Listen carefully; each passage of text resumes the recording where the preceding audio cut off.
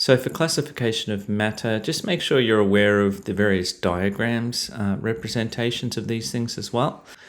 So for a compound there is molecules and formula units. So don't get confused. Make sure you know sodium chloride and anything with a positive negative ion is not a molecule. It's actually a formula unit. You may have been taught it's a molecule because that's very, very common in junior science, but it's actually a formula unit. It's the lowest whole number ratio, and it's a huge lattice.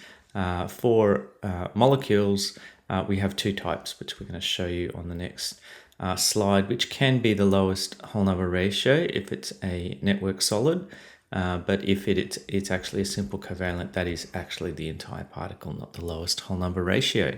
And for mixtures, there is some more information on that that's a little better on the other slide, so we'll go straight to that instead.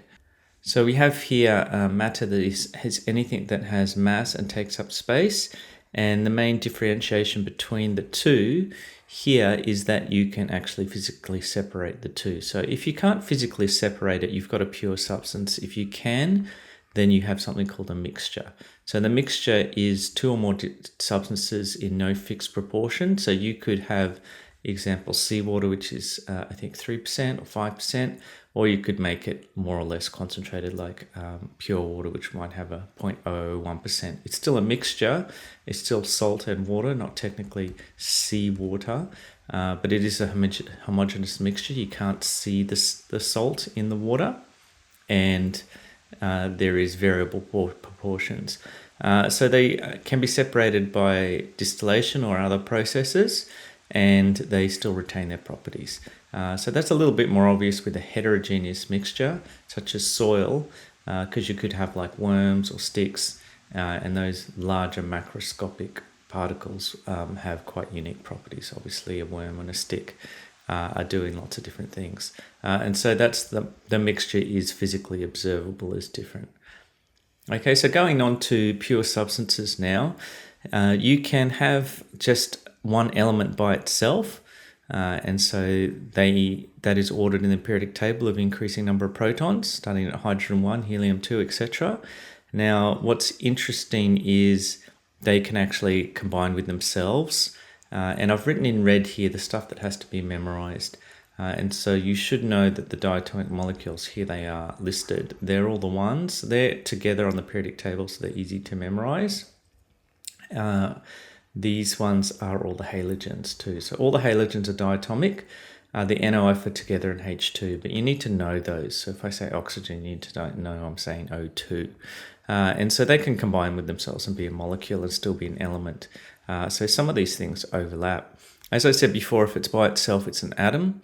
And if the atom has a variable number of neutrons, they still have the same chemical properties, but they are slightly heavier or lighter than each other. So they have different physical properties because of that. So you need to know all these definitions. And also anything in red that I've written must be memorized. So same number of protons, different number of neutrons is the definition for an isotope.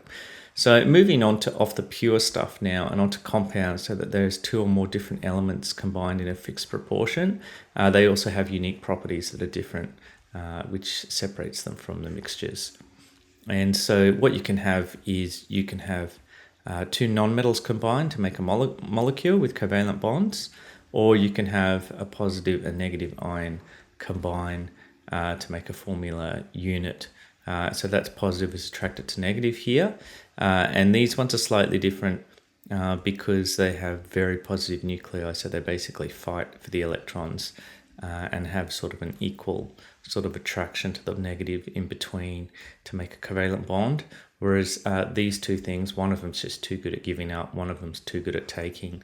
And then as separate particles, they join. So we'll learn later on that there's no real different. This is just a continuation. There's very few distinct categories that are purely this, or purely this. You're usually somewhere in between. Okay, but for the time being, we'll just keep it simple. If you think this is simple, that's ionic and covalent compounds. Okay, so formula units are lowest whole number ratios because this is a lattice made up of billions and billions of sodiums and chlorines in a fixed ratio. And same with the molecules. So the covalent network solids are the same things.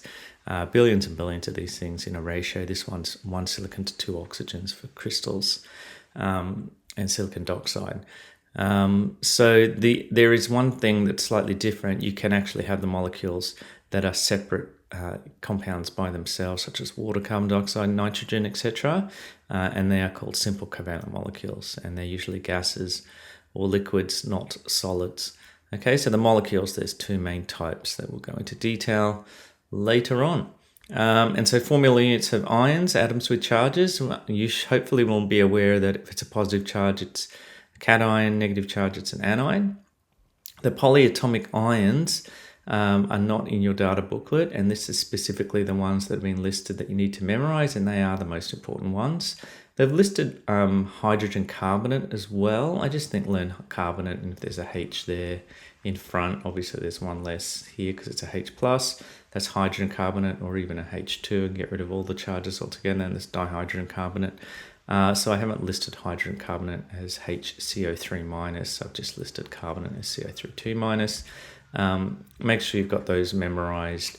They'll end up turning into acids and bases as well. So there's no getting away not knowing those.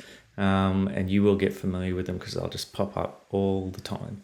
All right. Now, complex ions is high level, and so that is surrounded. It can be an atom or an ion because the ligands can be pos or neg. So you can have charges. So even though this might not be a charge overall, there might still be a charge on the inside. So this has a negative charge, that has no charge. This one's got a positive charge, and you have all sorts of various other combinations. Okay, so I think I've covered that all. All of that will be covered again and in more detail as we go on to various topics.